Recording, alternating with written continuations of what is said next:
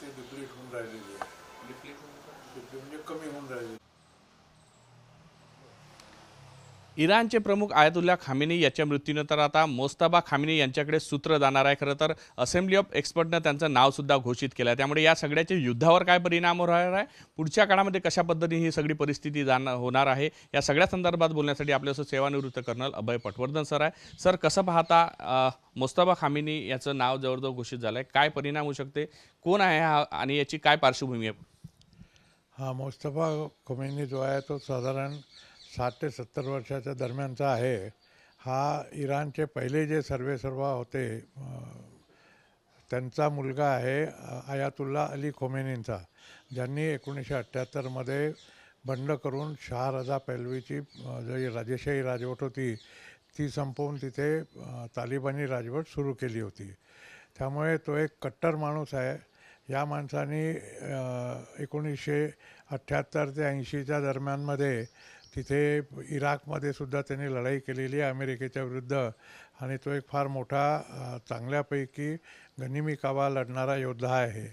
त्यामुळे तो एक कट्टर माणूस आहे. त्याला इराण रिव्होल्युशनरी गार्ड कोरचा पूर्ण पाठिंबा आहे, कारण त्या कोरची स्थापनासुद्धा आयातुल्ला अली खोमेनींनीच केलेली होती. आता झाला असं आहे की हे जो सर्वोच्च त्यांचा जो नेता असतो मजलिसचा, ती मजलिस बसून एकत्र बसून ठरवते. आता यांनी मध्ये एक इंटरिम चीफ म्हणून अर्शदची नियुक्ती केली होती, आणि आता त्याच्यानंतर त्यांनी पूर्णपणे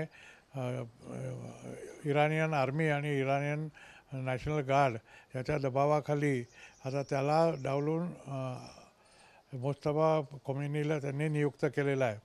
आता याच्यानंतर ट्रम्पनी सांगितलेलं होतं, असं म्हणतात की ट्रम्प म्हणाले आहेत की 10-15 दिवसामध्ये इराण वाटाघाटींच्या टेबलावर येईल, कारण मुस्तफा खोमेनीची नियुक्ती झालेली आहे. पण मला स्वतःला असं वाटत नाही, कारण हा जो आहे एक कट्टरवादी माणूस आहे. आयातुल्ला अली खोमेनी जे होते ते तरी थोडेसे मवाळ होते आणि ते वाटाघाटींकरता तयार होते. आपण मागच्या जूनमध्ये पाहिलं, 25 जूनमध्ये. यावेळेलाही ते कदाचित आले असते समोर, पण त्यांची हत्या झाल्यामुळे आता एक नवा कडवा नेता इराणला मिळालेला आहे. आणि जे इराणी मुसलमान असतात, शिया मुसलमान, त्यांचं एक आहे की त्यांच्यावर जर अन्याय होऊन त्यांचा माणूस मारला गेला तर ते जास्त द्वेषाने लढतात. त्याच्यामुळे इतक्या लवकर हे वाटाघाटींच्या टेबलावर येतील असं मला तरी वाटत नाही. म्हणजे कुठेतरी बदला घेतल्याच जाईल अशीच भूमिका मोस्तफा खामेनीची राहील, आणि त्याची पार्श्वभूमी अत्यंत कट्टरवादी आहे, तुम्ही जसं सांगता. पण शेवटी युद्ध लढताना कट्टरवादीपेक्षा आपली जी आर्थिक परिस्थिती असते किंवा देशाची परिस्थिती ही सुद्धा महत्त्वाची. ती तर आहेच महत्त्वाची, पण इराणपाशी आतासुद्धा इराणकडे इतका पैसा आहे आणि इतकी हत्यारं आहेत की अमेरिका आणि इस्रायल यांच्याकडे किती हत्यारं राहतात हे आपल्याला पाहायला पाहिजे. आजकालची लढाई ही सैनिकांची लढाई नसून ही टेक्निकल लढाई झालेली आहे. मिसाईल्सची आणि क्षेपणास्त्रांची लढाई झालेली आहे, आणि ड्रोन्सची लढाई झाली आहे. एका माहितीनुसार इराणकडे जवळपास 3,500 ते 4,000 मिसाईल्स होते सर्व प्रकारचे, आणि जवळपास 10,000च्या वर त्यांच्याकडे ड्रोन्स होते. तर त्याच्यापैकी समजा या 4 दिवसांमध्ये 1,000 किंवा 1,500 मिसाईल्स जरी गेले असतील, त्यांनी फायर केले असतील, आणि साधारण 1 ते 1,500 ड्रोन फायर केले असतील, तरी त्यांच्याकडे अजून एक महिनाभर लढण्याकरता ड्रोन्स आणि मिसाईल्स आहेत. उलटपक्षी अमेरिका आणि इस्रायलकडे फार कमी मिसाईल ज्याला आम्ही मिसाईलची काठ म्हणतो, ते मिसाईल्स बाकी आहेत. आणि दुसरी गोष्ट अशी आहे की कुठल्याही मिसाईलला मारण्याकरता जे पॅट्रियॉटसारखं मिसाईल तयार केलं जातं त्याची किंमत खूप जास्त आहे. अमेरिकेच्या आणि इस्रायलच्या एका अँटी मिसाईलची किंमत जी आहे ती जवळपास $15 मिलियन आहेत, किंवा 15 दशलक्ष रुपयाची होते. याच्या उलटपक्षी इराणचा जे ड्रोन किंवा मिसाईल आहेत ते साधारण $20,000 ते $40,000 बनतात, आणि ड्रोन जे आहे ते $5,000 ते $7,000 बनतात. त्यामुळे या लोकांचे जर मिसाईल संपले तर या लोकांना प्रॉब्लेम होईल आहे. कारण सगळे मिसाईल थार्ड मिसाईल सिस्टीम जी आहे त्याच्यातले पॅट्रियॉट जे आहेत ते सगळेच्या सगळे संपवून अमेरिकेला चालणार नाही.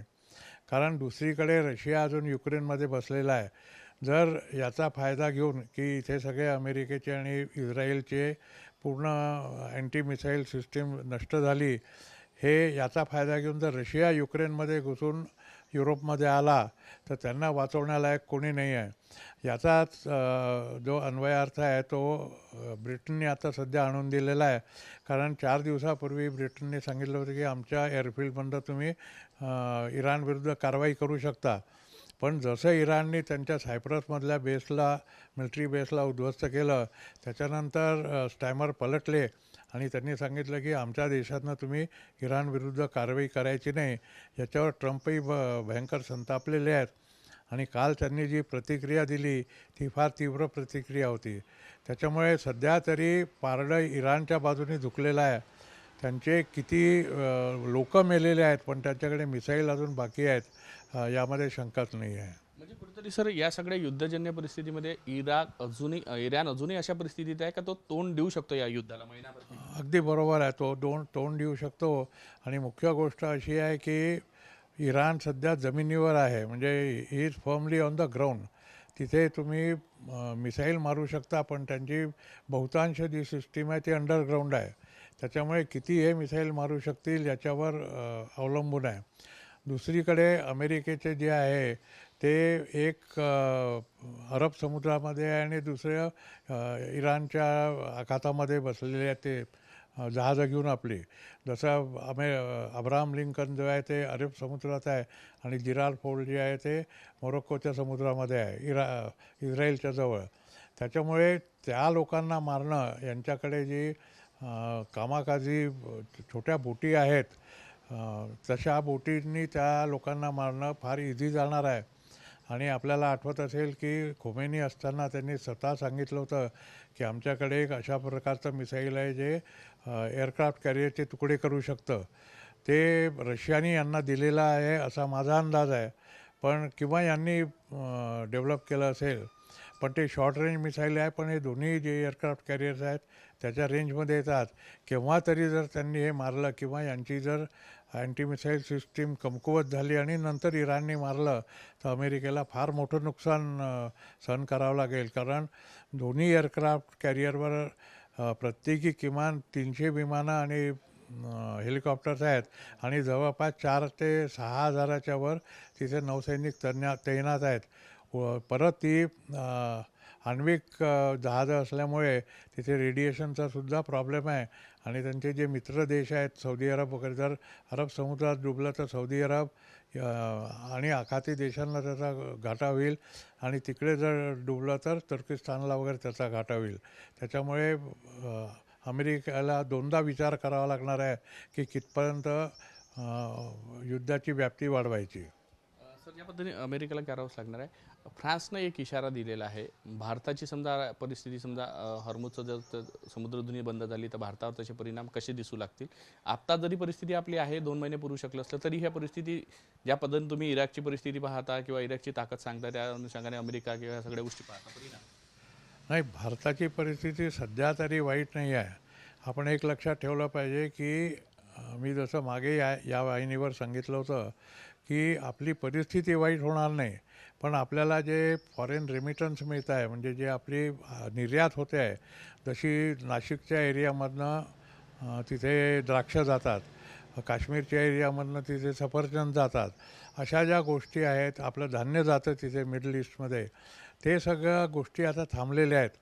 आणि आपल्या इथल्या शेतकऱ्यांना त्याचा घाटा होईल, कारण त्यांना एक्सपोर्ट करता येणार नाही.